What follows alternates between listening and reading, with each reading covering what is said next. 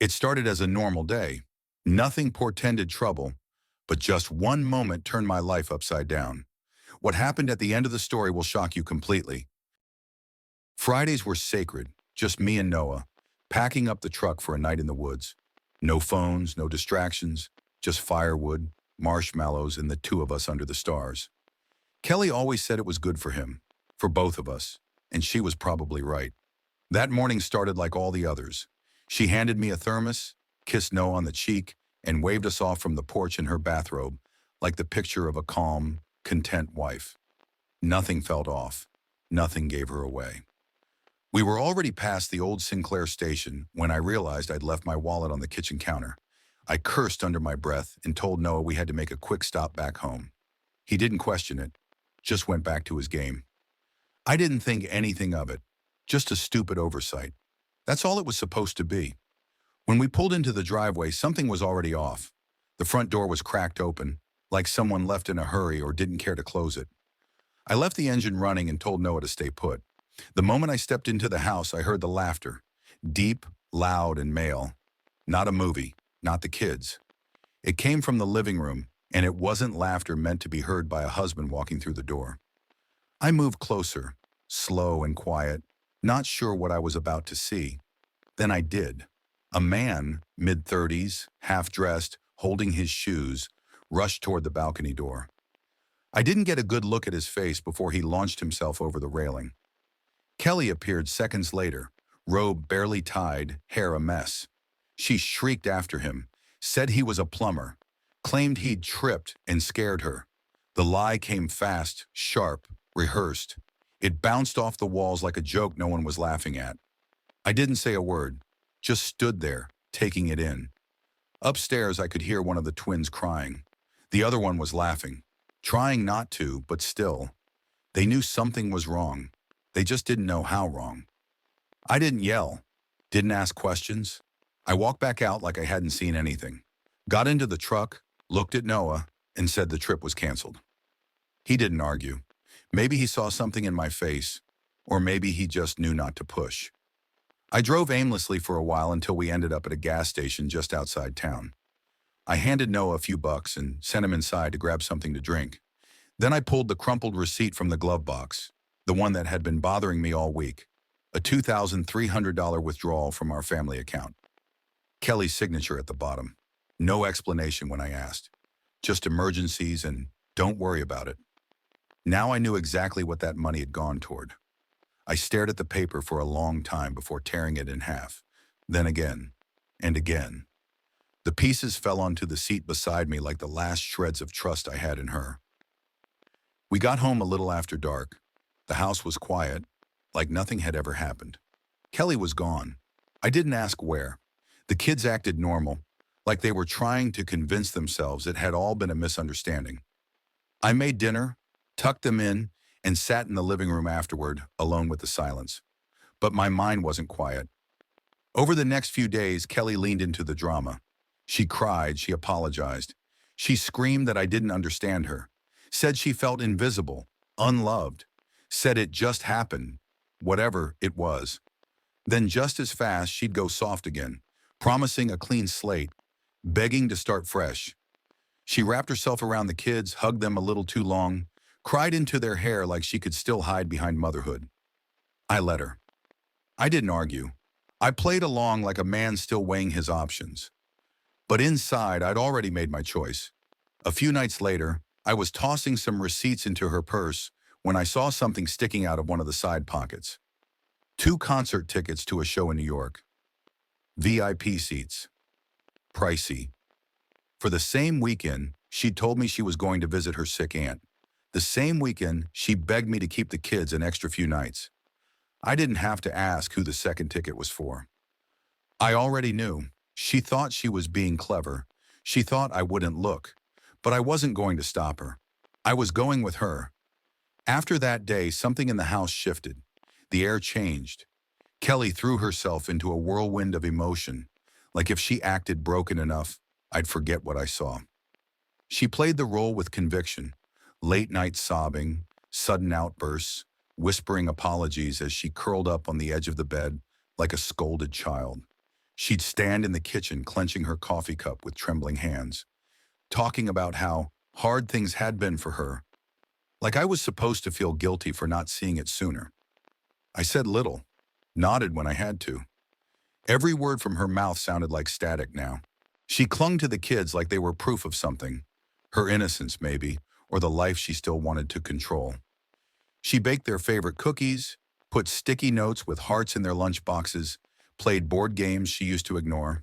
All of it too much, too forced, like she was trying to rewind time without changing a single tape. The kids noticed. They smiled when she smiled, but their eyes were wary. They'd seen the cracks, even if they didn't understand what they were looking at. One evening, she cornered me in the hallway, eyes glassy, mouth trembling. She said she couldn't eat, couldn't sleep, that losing me would destroy her. She kept using the word restart, like we could just wipe it all clean and go back to the beginning. But she was still lying, still hiding things. I could see it in the way her fingers tightened when I didn't respond, the way her gaze darted away too fast when I asked simple questions. Her truth came pre-packaged in half measures and rewrites, so I gave her silence. The kind of silence that made her nervous. She could feel it building around her, inch by inch, wall by wall. A few days later, she told me she needed to visit her aunt in New Jersey, said her health was failing, that she wanted to spend a weekend with her before it was too late. Her voice cracked in just the right place. Her eyes even got misty. She asked me to take the kids Friday through Sunday, said it would mean everything to her. I told her sure, no problem, smiled just enough to sell it. Then that night, while she was in the shower, I pulled the concert tickets from where I'd hidden them and checked the flight details printed below. Same weekend, same city, a show I knew she'd never see with a dying aunt. The next morning, I booked a seat on the same flight under a different name, different card, different email. I kept my phone off the shared account for everything. She never suspected a thing. I told the kids we were doing a sleepover weekend with my old friend Josh and his family, which wasn't a lie. They loved his place. Big backyard, 2 dogs, endless snacks. They didn't even flinch when I dropped them off that Friday. When I pulled into the airport garage later that day, I didn't feel nervous. Not even a little. I felt still, focused, like every piece had finally clicked into place. I watched from a distance as she arrived, dressed casual but calculated, ripped jeans, a hoodie that wasn't hers, sunglasses too big for the weather. She looked around more than once. Not for me, but for him, the man from the balcony. He showed up 15 minutes later, wheeling a carry-on and smirking like he belonged in her life. She greeted him with a kiss that would have gutted me a few weeks ago. Now I just watched, memorized. She held onto his arm as they passed through security. I waited until they were through before moving. I stayed out of sight the whole time. It wasn't hard. She never looked back. On the plane, I sat 6 rows behind them, aisle seat. I could hear them laughing during the drink service. She leaned into him like it was nothing, like nothing had ever come before this. Every now and then, he touched her leg, her arm, her hair. She didn't pull away. In New York, I moved fast, checked into a small boutique hotel across the street from theirs, paid cash, no ID. From the lobby window, I could see their building clear. Her name was on the reservation, checked in for 2.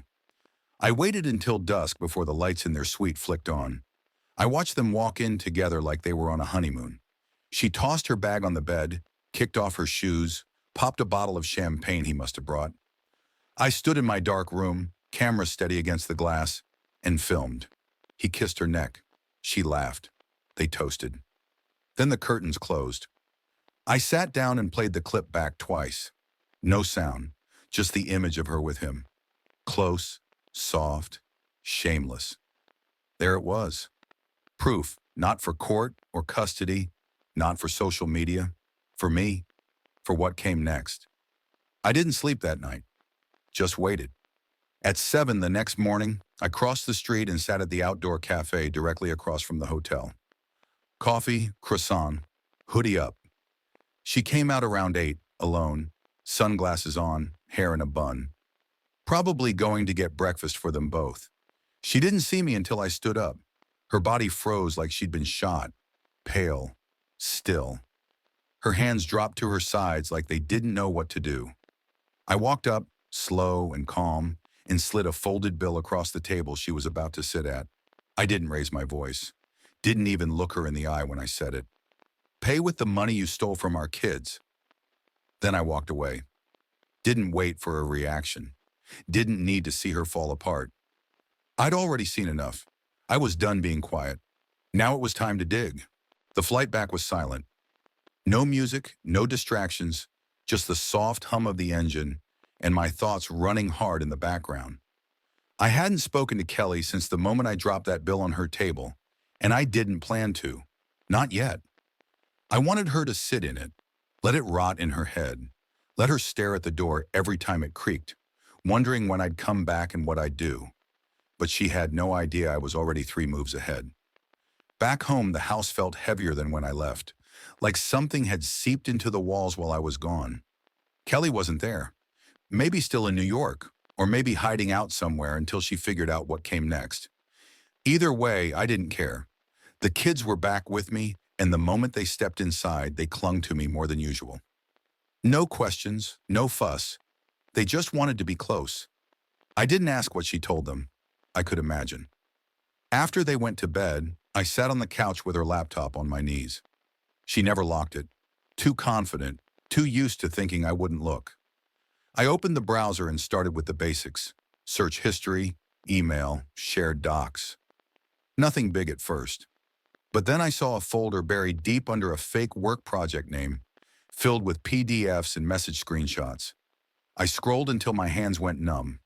Photos of hotel check-ins, plane tickets, Venmo logs with descriptions like room upgrade, dinner, you owe me a kiss. The same guy from the balcony, from the New York hotel. Dozens of messages between them going back months, graphic, smug, sometimes mocking me outright.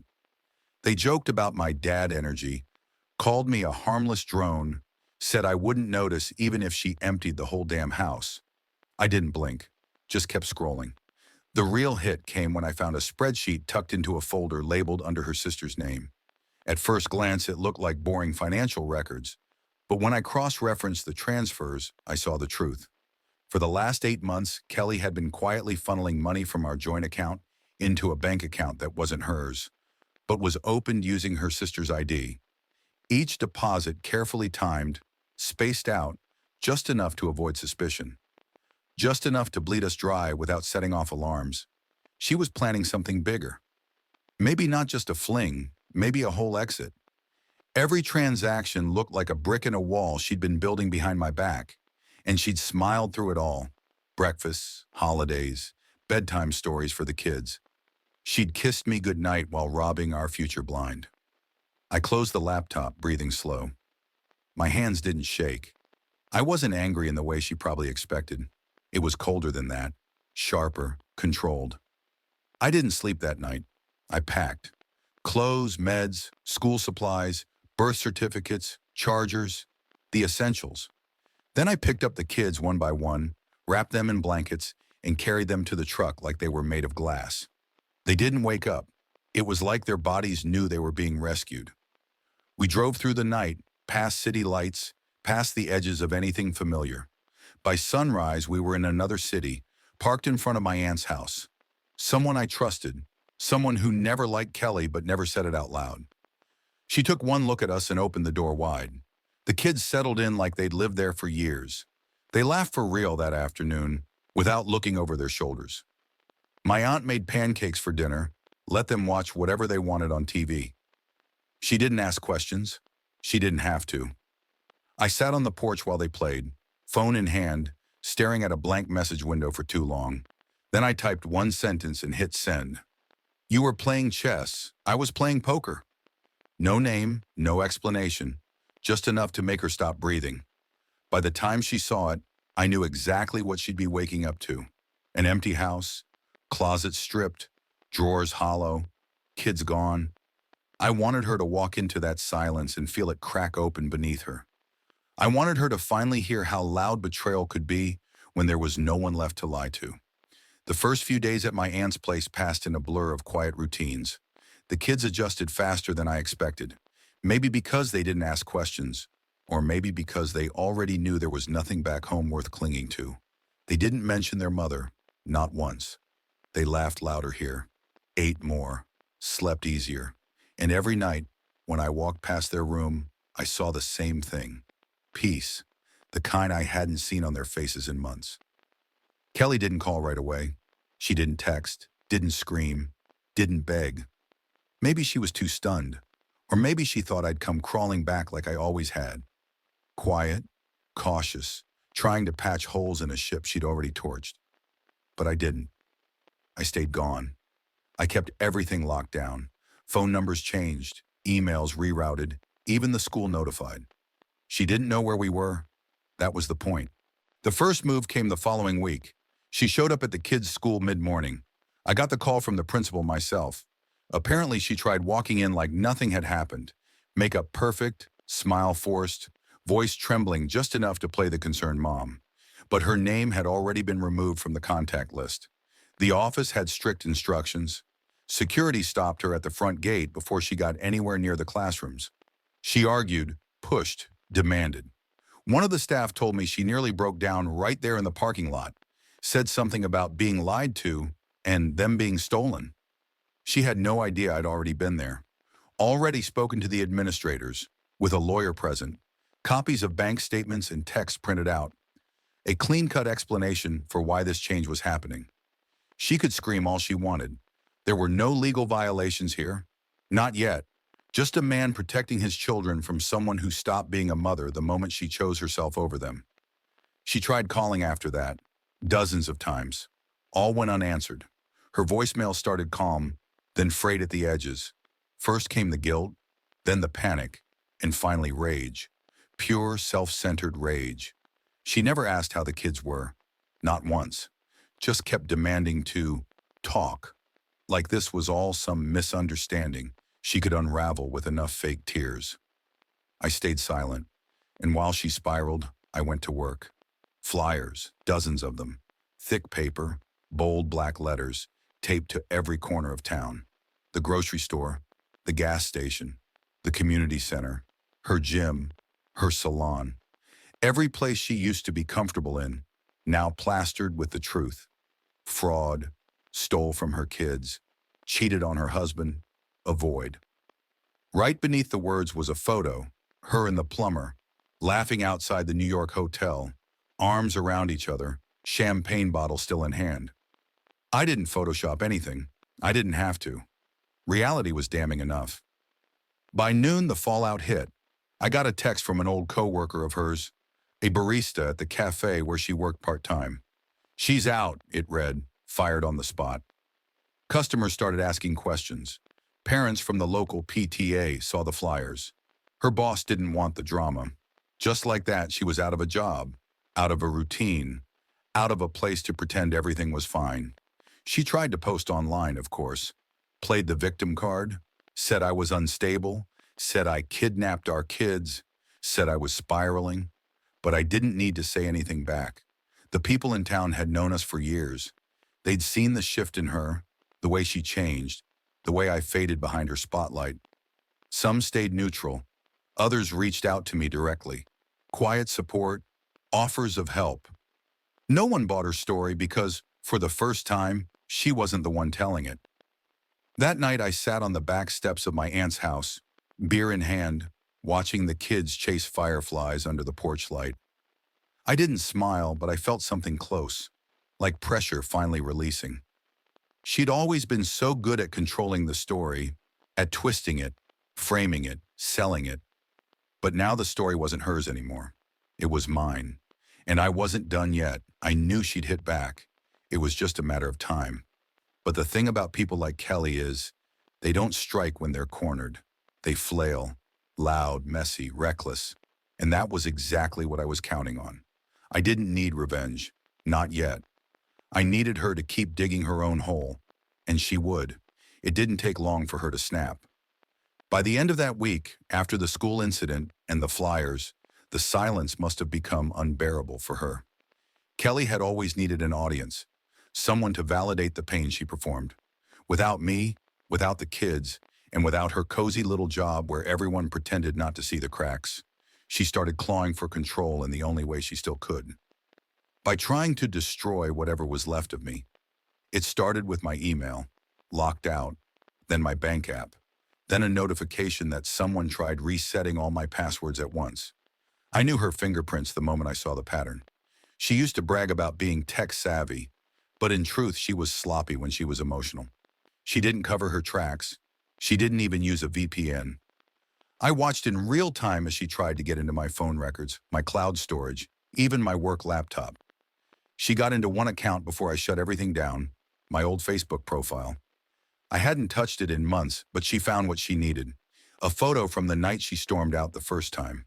Just me, sitting at the kitchen table, whiskey glass in hand, half a bottle already down. I remember that night. I wasn't drunk, just hollow, watching the ice melt, wondering what the hell had happened to the woman I married. She posted it everywhere, framed it as proof I was unstable, a drunk raising kids, a danger, said I'd been threatening her, said the court should intervene, but it backfired, fast, because I wasn't alone that night. My neighbor was there. A buddy from work had stopped by too. Both of them reached out immediately, furious. Want me to talk? One message. Everyone knows what she's doing, said the other. Then my coworkers started checking in. My boss, even two of the dads from Noah's baseball team. One of them offered to drive down and help me clean up the mess. Within 24 hours, every post Kelly made had been reported, flagged, or buried under comments defending me. People called her out for what it was: deflection, desperation. She deleted everything soon after, disappeared again. The storm she'd tried to start had blown back straight into her own face. But I didn't celebrate. I didn't gloat. I was too tired for any of that. Every win felt like crawling out of a deeper hole. That weekend, the kids started their sessions at the local center.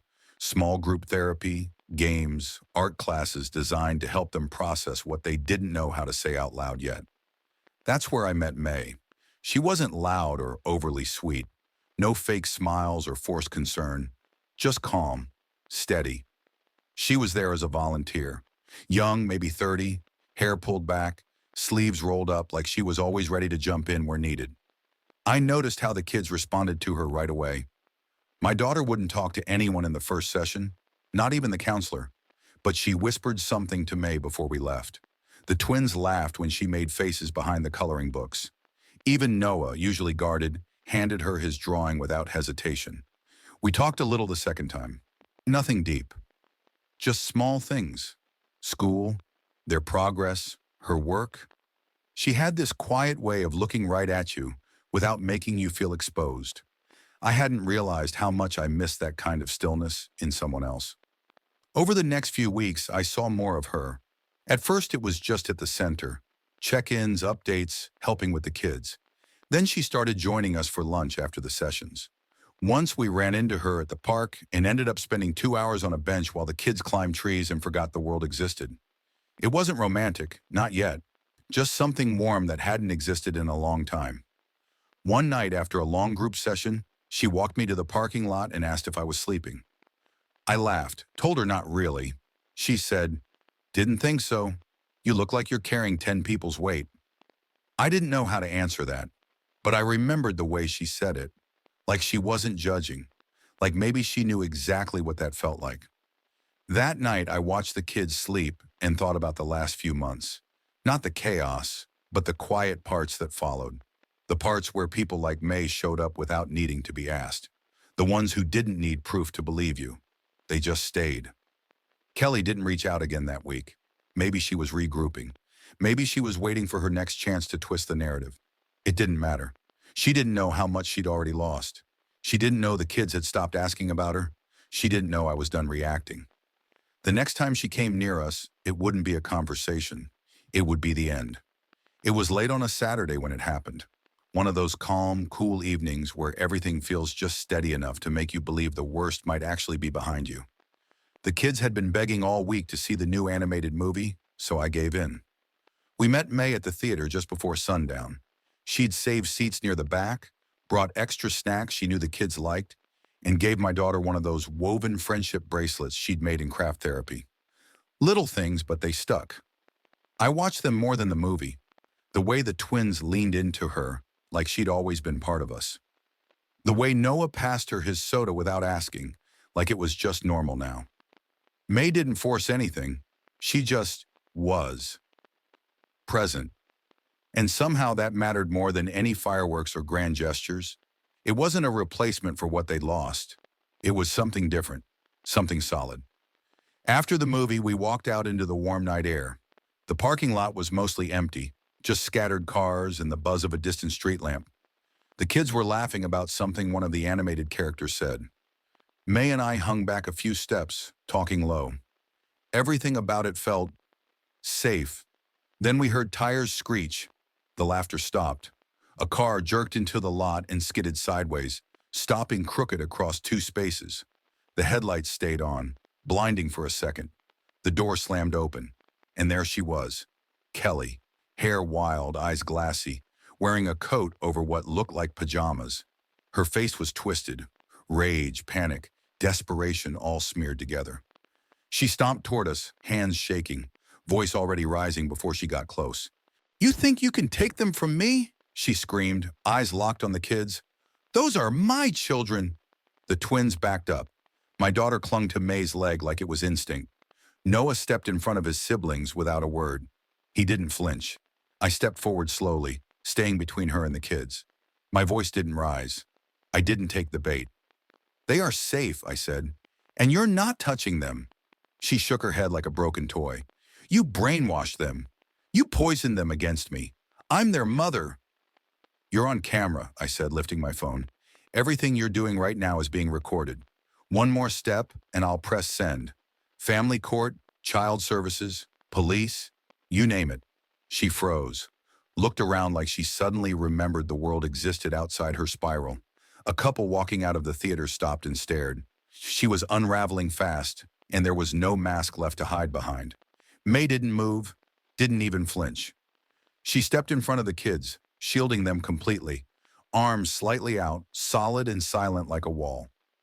Kelly's hands clenched and unclenched, eyes darting from the phone to the kids to me and back again. For a second, I thought she might lunge. But then something broke. Her shoulders collapsed. The rage drained like a switch had been flipped. Her lips trembled, and for the first time in a long time, she didn't look powerful. She looked small, pathetic, like the world had finally called her bluff, and she had nothing left to bet. She turned without a word and rushed back to her car. The engine roared, tires squealed, and she was gone.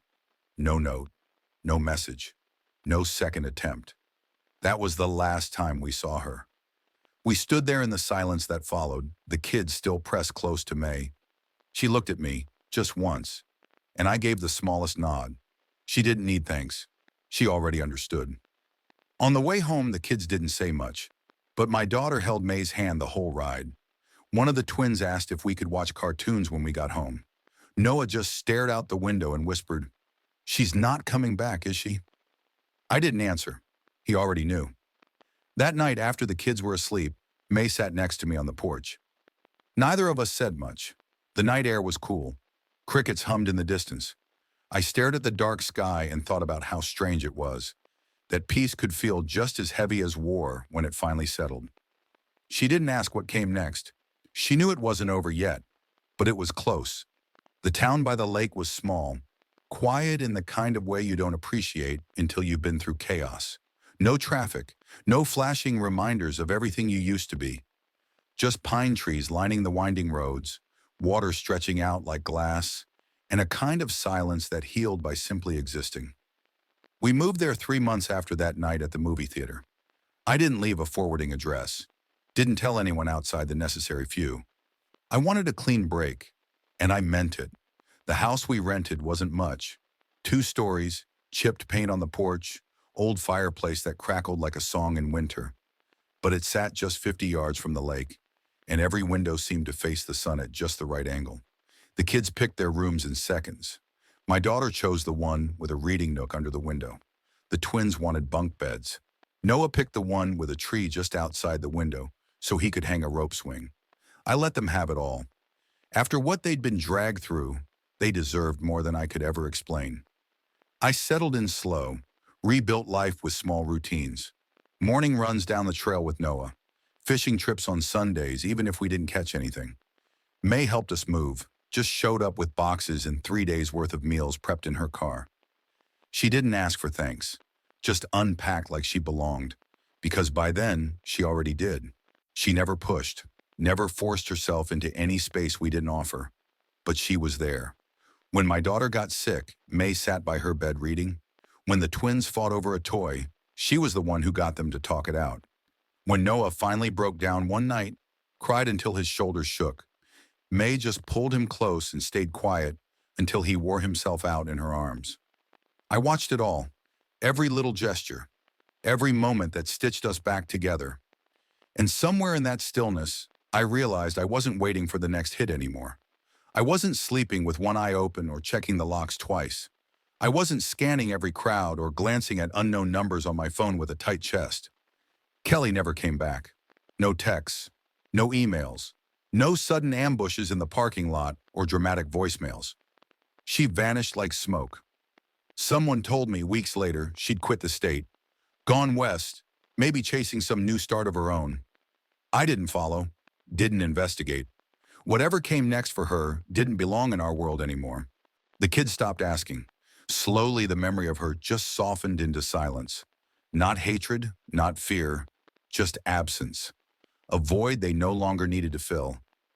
I never told them everything, just enough to keep them safe. They'd carry their own pieces of the past, broken glass hidden under the skin, but they were healing faster than I ever expected. May started staying over once or twice a week. Then it became most nights.